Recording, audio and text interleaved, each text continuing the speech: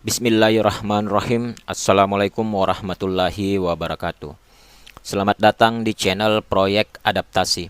Pada kesempatan kali ini saya akan memberikan informasi mengenai nilai ambang batas dan syarat kelulusan seleksi kompetensi 1, 2, dan 3 P3K Guru tahun 2021, di mana informasi ini sangat penting untuk dipahami agar nantinya berhasil lulus dalam seleksi P3K Guru tahun 2021. Informasi ini berdasarkan dari Peraturan Menteri Pendayagunaan Aparatur Negara dan Reformasi Birokrasi Republik Indonesia Nomor 28 Tahun 2021. Baik, kita langsung saja ke informasinya, yaitu tentang nilai ambang batas seleksi kompetensi P3K Guru tahun 2021 yang perlu dipahami oleh seluruh guru honorer sebagai calon pelamar. Di mana nilai ambang batas ini terdiri dari yang pertama adalah nilai ambang batas kompetensi teknis, yang kedua adalah nilai ambang batas kumulatif atau penggabungan antara kompetensi manajerial dan sosiokultural. Yang ketiga adalah nilai ambang batas wawancara. Jadi ada 3 nilai ambang batas yang harus dipenuhi oleh pelamar. Informasi selanjutnya yaitu tentang syarat peserta yang dinyatakan lulus seleksi kompetensi 1 pada seleksi guru P3K tahun 2021. Yang pertama yaitu pelamar dinyatakan lulus seleksi kompetensi 1 jika nilai yang diperoleh itu memenuhi nilai ambang batas, baik nilai ambang batas kompetensi teknis, nilai ambang batas kumulatif antara kompetensi manajerial dan sosiokultural, dan nilai ambang batas wawancara dan berperingkat terbaik. Jika salah satu kompetensi tidak memenuhi nilai ambang batas, maka akan dinyatakan tidak lulus. Jadi ketiga kompetensi ini harus memenuhi nilai ambang batas dan dinyatakan berperingkat terbaik dari beberapa peserta. Misalnya pada formasi yang dipilih terdiri dari 3 pelamar, maka yang akan dinyatakan lulus adalah yang berperingkat terbaik atau peringkat pertama. Selanjutnya, bagaimana jika nilai akhir sama? Maka penentuan kelulusan akhir secara berurutan didasarkan pada yang pertama dengan melihat nilai kompetensi teknis yang paling tinggi.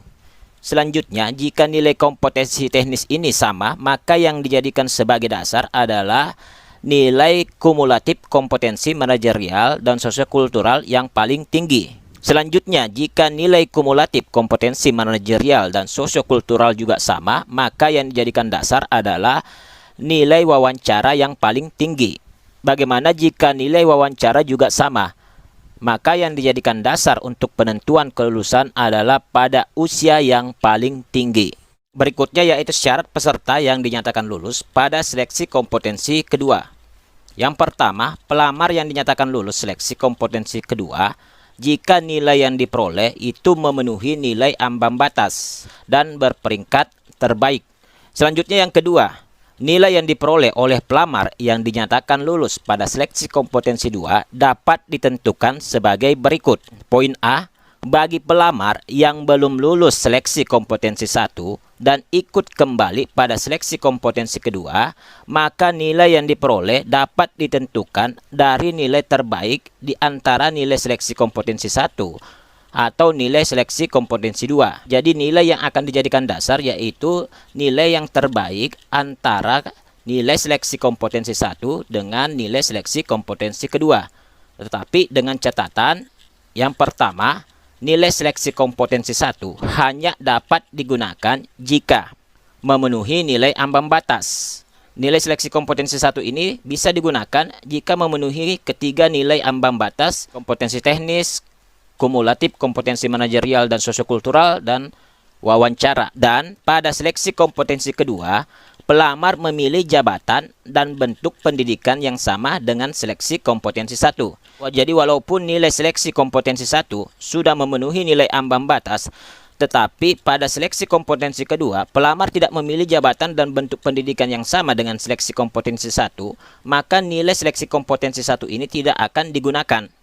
Kemudian catatan yang kedua, nilai seleksi kompetensi 2 hanya dapat digunakan jika memenuhi nilai ambang batas.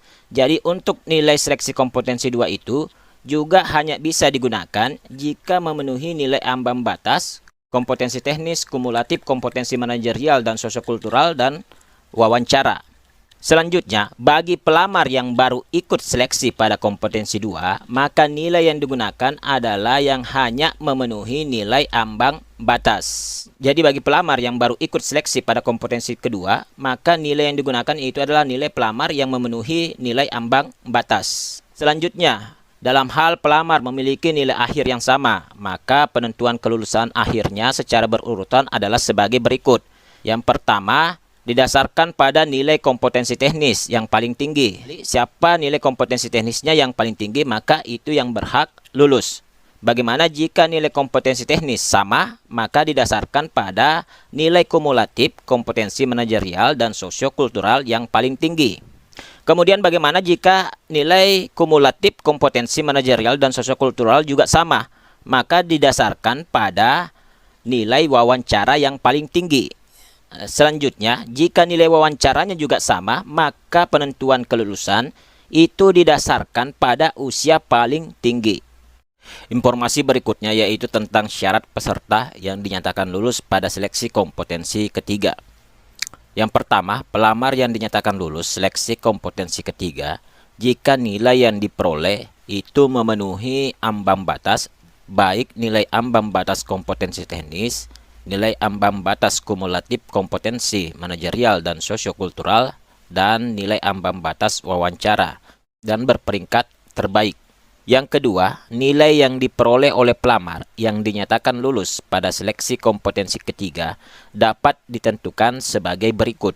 Poin A, bagi pelamar yang belum lulus seleksi kompetensi 1 dan 2 dan ikut kembali pada seleksi kompetensi ketiga, maka nilai yang diperoleh dapat ditentukan dari nilai terbaik di antara nilai seleksi kompetensi 1 atau nilai seleksi kompetensi kedua atau nilai seleksi kompetensi ketiga. Dengan catatan, yang pertama, nilai seleksi kompetensi 1 hanya dapat digunakan jika poin A memenuhi nilai ambang batas dan pada seleksi kompetensi ketiga pelamar tersebut memilih jabatan dan bentuk pendidikan yang sama seperti pada saat seleksi kompetensi pertama.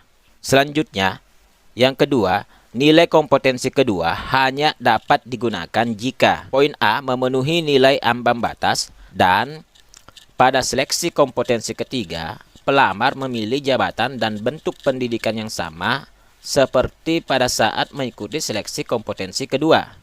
Jadi jika pelamar tidak memilih jabatan dan bentuk pendidikan yang sama seperti pada saat seleksi kompetensi kedua, maka nilai seleksi kompetensi kedua ini tidak diperhitungkan atau tidak dapat digunakan walaupun telah memenuhi nilai ambang batas. Jika menginginkan nilai seleksi kompetensi kedua diperhitungkan, maka harus memenuhi dua kriteria ini. Selanjutnya yang ketiga, nilai seleksi kompetensi 3 hanya dapat digunakan jika memenuhi nilai ambang batas. Selanjutnya, bagi pelamar yang belum lulus seleksi kompetensi 2 dan ikut kembali pada seleksi kompetensi ketiga, maka nilai yang diperoleh dapat ditentukan dari nilai terbaik antara nilai seleksi kompetensi kedua atau nilai seleksi kompetensi ketiga dengan catatan. Yang pertama, nilai seleksi kompetensi 2 hanya dapat digunakan jika pelamar memenuhi nilai ambang batas dan pelamar yang bersangkutan pada seleksi kompetensi ketiga memilih jabatan dan bentuk pendidikan yang sama saat mengikuti seleksi kompetensi kedua. Selanjutnya yang kedua, nilai seleksi kompetensi 3 hanya dapat digunakan jika memenuhi nilai ambang batas yang telah ditetapkan. Berikutnya, dalam hal pelamar memiliki nilai akhir yang sama, maka penentuan kelulusan akhir secara berurutan didasarkan pada yang pertama dilihat dari nilai kompetensi teknis yang paling tinggi. Jika nilai kompetensi teknis sama, maka dilihat dari nilai kumulatif kompetensi manajerial dan sosiokultural yang paling tinggi. Jika nilai kumulatif kompetensi manajerial dan sosiokultural juga sama, maka dilihat atau didasarkan pada nilai wawancara yang paling tinggi. Jika nilai wawancara juga sama, maka penentuan kelulusan didasarkan pada usia paling tinggi.